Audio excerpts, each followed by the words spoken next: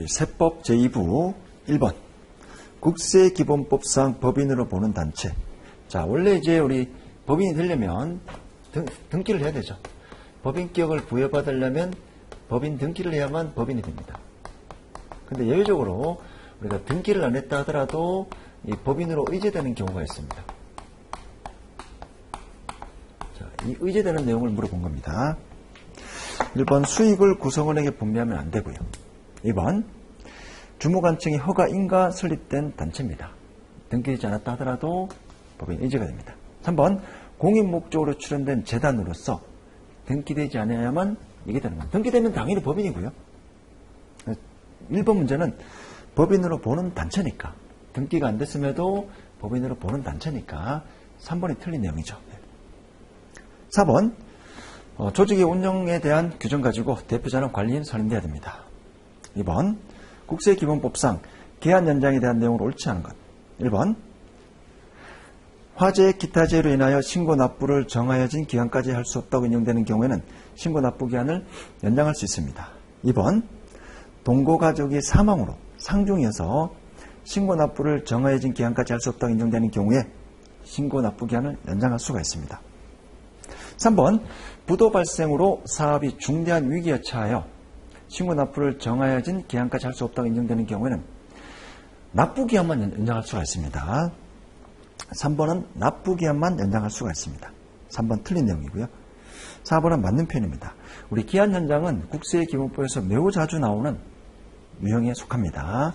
중요한 문제입니다. 3번 국세기본법상 용어에 대한 설명으로 가장 틀린 것. 자, 보기 1번 원천징수란 세법에 따라 원천징수 의무자가 국세를 징수하는 것을 말한다. 맞는 표현이고요. 2번 가산세란 세법에서 규정하는 의무의 성실한 이행을 확보하기 위하여 세법에 따라 산출한 세액에 가산하여 징수하는 금액을 말합니다. 3번 사실 이제 보기 3번은 이제 가산금이라는 게 삭제가 되었습니다. 이제 국세기본법에서 이 내용 자체는 맞는데 이 가산금이라는 용어가 이제 삭제가 되었고요. 납부지연 가산세로 통합이 되었습니다. 납부지연 가산세 항목으로 포함이 됩니다. 따라서 3번 용어 자체가 이제 옛날 규정에 따라 맞는 표현이지만 이제 가산금이 삭제가 됐고 세법이 개정됨에 따라 납부지연 가산세로 포함이 되었기 때문에 3번도 이제 정답으로 해준 것 같습니다. 지금 이제 가산금이라는 용어는 없습니다. 납부지연 가산세에 다 이렇게 통합을 했습니다. 옛날에 납부불성실 가산세 그런 것들과 다 통합을 해버렸습니다.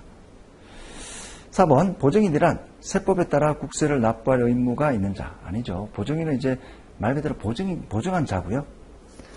세법에 따라 국세를 납부할 의무가 있는 자는 납세 의무자입니다. 납세 의무자. 4번 국세부가 원칙에 해당하지 않는 것. 실질과세, 신의성실원칙, 근거과세. 소급과세 원칙은 세법 적용의 원칙이죠. 우리 국세부가 원칙과 세법 적용의 원칙 시험에 자주 나오는 내용입니다. 정답 4번입니다. 5번 납세 의무자가 과세표 중과세액을 정부에 신고했을 때 확정되는 국세 개별 소비세, 부가가치세, 증권권에서 전부 다 신고 납세 제도입니다. 원천징수한 소득세와 법인세는 납세 의무가 성립할 때 특별한 절차 없이 그 세액이 확정되는 세목입니다. 정답 3번입니다. 신고납세제도, 정부 부가제도 또는 동시에 되는 것. 또 시험에 자주 출제되는 유형입니다. 6번 국세 징수권의 소멸시효에 대한 설명으로 옳지 않은 것. 1번 소멸시효는 세금이 확정이 되었어요. 그런데 국가가 일정 기간 동안 징수하지 않으면 없어지는 겁니다. 징수권을 소멸하는 것을 말합니다. 2번 국세 징수권의 기산한 일은 과세표준과세액의 신고에 하여 납세 의무가 확정되는 경우 그 법정 신고기한의 다음 날입니다. 맞는 표현이고요. 3번 국세 징수권은 이를 행사할 때로부터 5억 이상이 되는 국세는 10년입니다. 10년을 행사하지 않으면 소멸됩니다. 정답 3번입니다. 우리 소멸시효가 중단되는 사유가 있죠. 납세고지, 독촉, 납부최고, 교부청구, 압류가 있습니다. 중단이 됩니다. 정답 3번입니다. 2번 국세기본법상 2차 납세 의무가 아닌 것. 출자자의 2차 납세 의무, 법인의 2차 납세 의무, 청산인 등의 2차 납세 의무 있고요. 정답은 2번인데 사업 양도인의 2차 납세 의무가 아니고 사업 양수인의 2차 납세 의무가 있습니다. 8번 불복 대상에서 제외되는 처분에 대한 설명으로 가장 옳지 않은 것.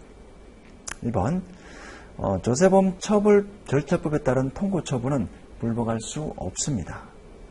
2번 제조사 결정에 따른 처분청의 처분에 대해서는 해당 제조사 결정을 한 재결청에 대해서는 우리가 심사청구나 심판청구를 할 수가 있습니다. 정답은 2번이고요.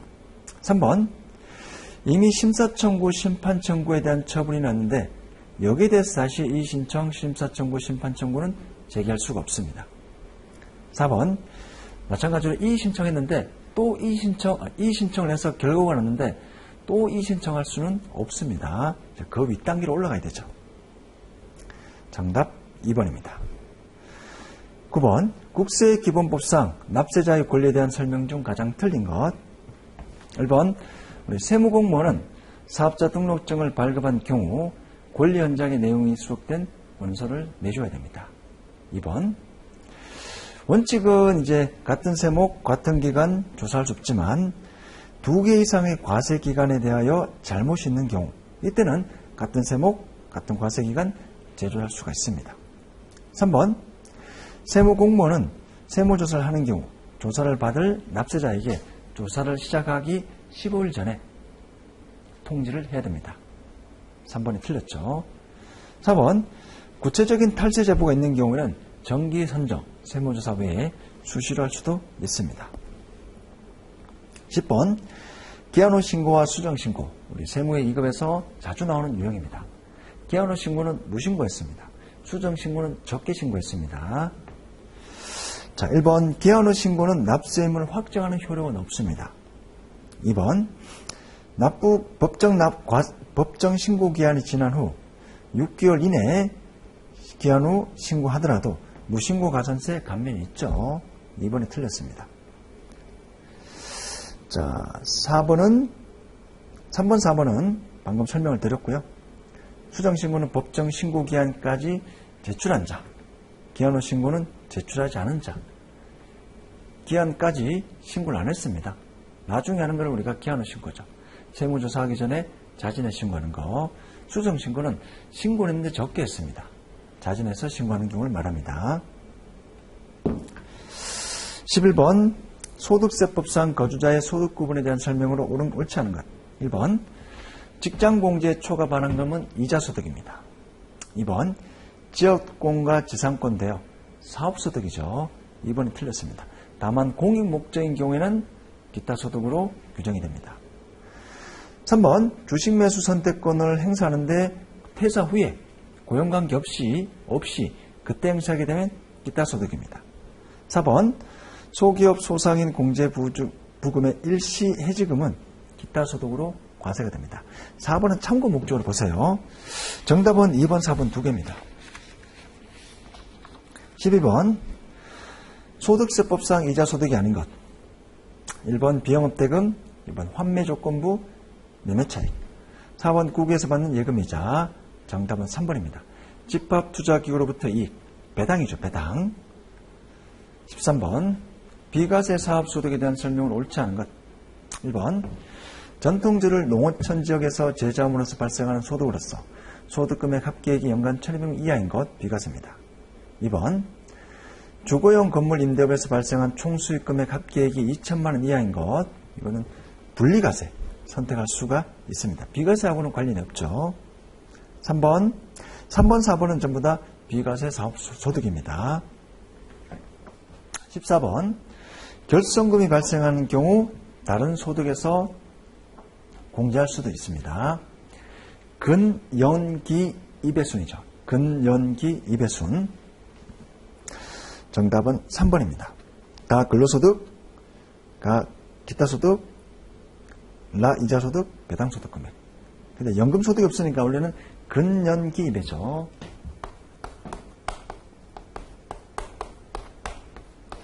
근년기입의 순으로 우리가 통선이 됩니다. 15번 사업소득에 대한 원천징수. 봉사료는 3%가 아니고 5%입니다. 5%. 자, 외국인 운동 20%입니다. 계약기간 3년 이하인 경우 20%. 그리고 원천징수하면 다음 달 10일까지 신고 납부해야 됩니다. 4번 인적 용역은 3% 원천징수합니다. 16번 비과세 근로소득에 해당하지 않는 것. 자가운전 보조금 중 월 20만원. 그 다음 연구활동비 월 20만원. 식사 제공받지 않고 월 10만원. 직무발명보상금은 연 500 이하입니다. 4번이 틀렸습니다. 17번 연금소득에 대한 설명 중 가장 틀린 것. 자, 우리 연금소득은 이제 과세되는 총연금액에서 물론 유족연금 뭐 이런 것들 이제 비과세연금 빼고 여기서 연금소득공제를 뺀 금액을 연금소득금액이랍니다. 총연금액에서 연금소득공제 뺀 금액을 연금소득금액이랍니다. 2번 다른 소득이 없고 공적연금만 있으면 우리 공적연금도 다음 연도 1월 달에 연말정산하죠. 그걸로 끝을 낼 수가 있습니다.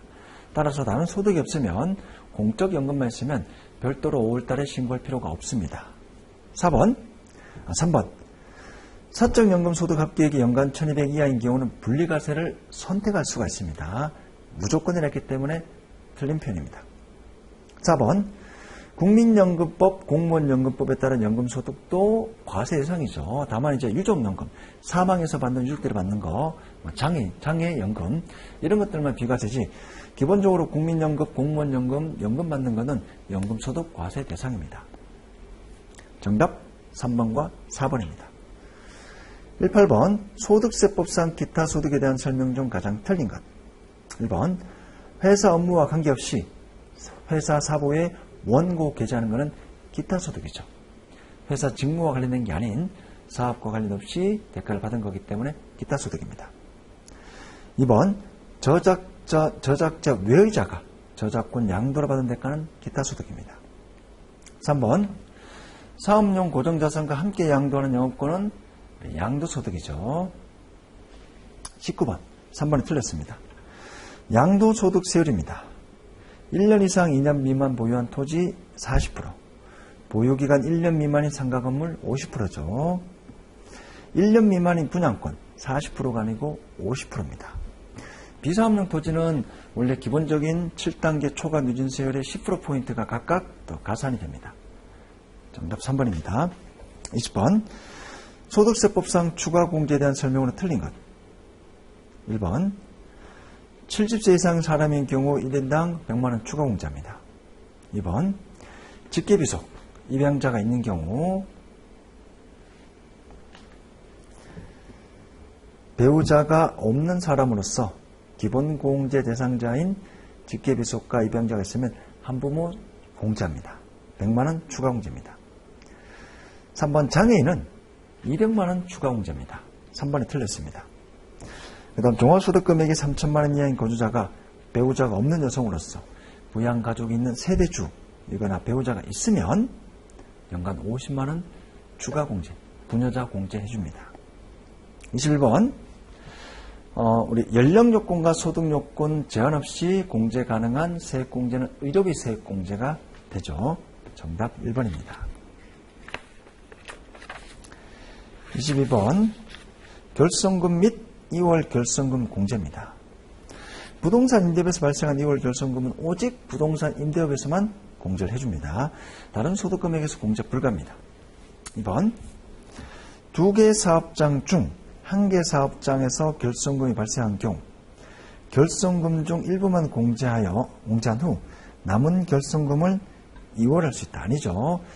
전체를 다른 사업장의 소득금액과 통선, 상기를 해야 됩니다. 1억이 결손금인데 5천만 원만 공제하고 나머지는 2월 시키겠다. 이런 거 안 됩니다. 3번 추계 신고하면 우리 2월 결손금 공제 안 됩니다. 그리고 4번 10년 동안 2월 공제 가능합니다. 23번 중간 예납에 대한 설명을 옳지 않은 것. 퇴직 양도소득에 대해서는 중간연합하지 않습니다. 보험 모집인 중간연합하지 않습니다. 3번 신규로 사업을 시작한 자는 중간연합 의무가 없습니다. 자, 중간연합 고지는 11월 1일부터 11월 15일까지 고지하고 11월 말까지 납부를 하면 됩니다. 24번 24번은 뭐 좀 디테일한 제법적인 문제이기 때문에 참고 목적으로 보시고요. 현금 영수증 의무 발급 업종이 아닌 것, 정답은 4번입니다. 편의점입니다. 여러분들이 편의점 가서 꼭 현금 영수증 받아야 되는 거 아니죠. 그래서 의무 발급 업종이 아닙니다. 25번 소득세법상 양도소득 과세상에 해당하는 것. 아파트를 무상으로 이전하면 증여세, 건설업자가 주택 신축하에 판매하면 사업소득, 토지를 채권자에게 양도담보로 제공한 것, 양도담보로 제공한 것 자체가 양도소득은 아닙니다. 4번 이혼 위자료로 아파트 소유권을 넘겼습니다. 제가 이혼 위자료로 한 1억 지급할 게 있는데 제가 가지고 있는 아파트 1억을 넘겼습니다. 대물 변제 성격이기 때문에 일종의 제가 1억 현금 지급해야 되는데 그걸 지급하지 않고 아파트를 넘긴 거기 때문에 일종의 판거하고 똑같이 규정하겠다는 겁니다. 양도소득 대상입니다. 주관식 보겠습니다.